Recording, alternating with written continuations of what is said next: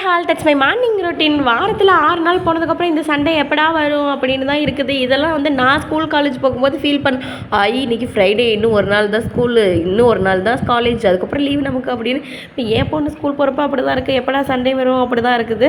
இன்றைக்கி லஞ்ச் பாக்ஸ்க்கு வந்து மேடம்க்கு வந்து சென்னா போட்டு லைட்டாக காரம் கம்மியாக வந்து பிரியாணி செஞ்சுட்டேன். இன்றைக்கி என்னமோ ஏன் சமையல் எல்லாமே ஒரு சொதப்பல் கருகல் அப்படியே தான் இருந்துச்சு. பட் ஃபைனல் அவுட்புட் என்னமோ பார்க்க ரொம்ப சூப்பராக வந்துருச்சு. டேஸ்ட் பண்ணி பார்த்தா தான் தெரியாது எந்த அளவுக்கு நல்லா இருக்குதா கேவலமாக இருக்குதான்னு. கொஞ்சம் காரமாக இருந்தால் அதை பேலன்ஸ் பண்ணுறதுக்காக ஒரு ஸ்பூன் நெய் பாப்பாவுக்கு வந்து ஒட்டிட்டேன். பாப்பாவுக்கு வந்து ஒரு ஃபேவரட் டீ ஷாப் ஒன்று இருக்குது. அங்கே போய் நேற்று இந்த ராகி பிஸ்கட் ஐட்டம் வந்து இதுதான் எனக்கு ஸ்நாக்ஸ்க்கு வேணும் நேற்றே மேடம் சொல்லிட்டு தான் படுத்தாங்க. அதனால் வந்து அது ஸ்நாக்ஸுக்கு வச்சிருச்சு. ஹஸ்பண்டுக்கு வந்து சேம் லஞ்ச் தான் பேக் பண்ணிவிட்டேன். இதே சோறு குழம்பு தொடுக்க இது மாதிரி பண்ணால் தான் 2 பேத்துக்கு வேறு சாப்பாடு கட்டி கொடுக்குற மாதிரி இருக்கும். இந்த மாதிரி கிளறின சாதம்லாம் பிரச்சனை கிடையாது, 2 பேத்துக்கும் ஒரே மாதிரியே சாப்பாடு கொடுத்துடலாம். ஹஸ்பண்டுக்கு மட்டும் தொட்டுக்கைக்கு வந்து பொட்டேட்டோ ஃப்ரை வச்சா பாப்பாவுக்கு இதெல்லாம் இறங்காது, அதனால் வேஸ்ட்டாக வைக்க வேணாம்னு சொல்லிட்டு தான் வைக்கல. சாப்பிட மாட்டேன். பிரேக்ஃபாஸ்ட்டுக்கு வந்து கொஞ்சோண்டு ஆப்பிள் கட் பண்ணி கொடுத்தோம். அதில் 2 வாய் தின்னுட்டு அந்த மேடம் அதுக்கு மேலே இறங்கலையும் கிளம்பி போயிடுச்சு. இதுக்கு சாப்பாடு சாப்பிட்னாலே ரொம்ப கஷ்டமாக இருக்குது. என்ன தான் பண்ணுறதுனே தெரியல. நெக்ஸ்ட் ஒரு இன்ட்ரெஸ்டிங்கான வீடியோவில் பார்க்கலாம். அது வரைக்கும் கீப் வாட்சிங் அண்ட் பாய்.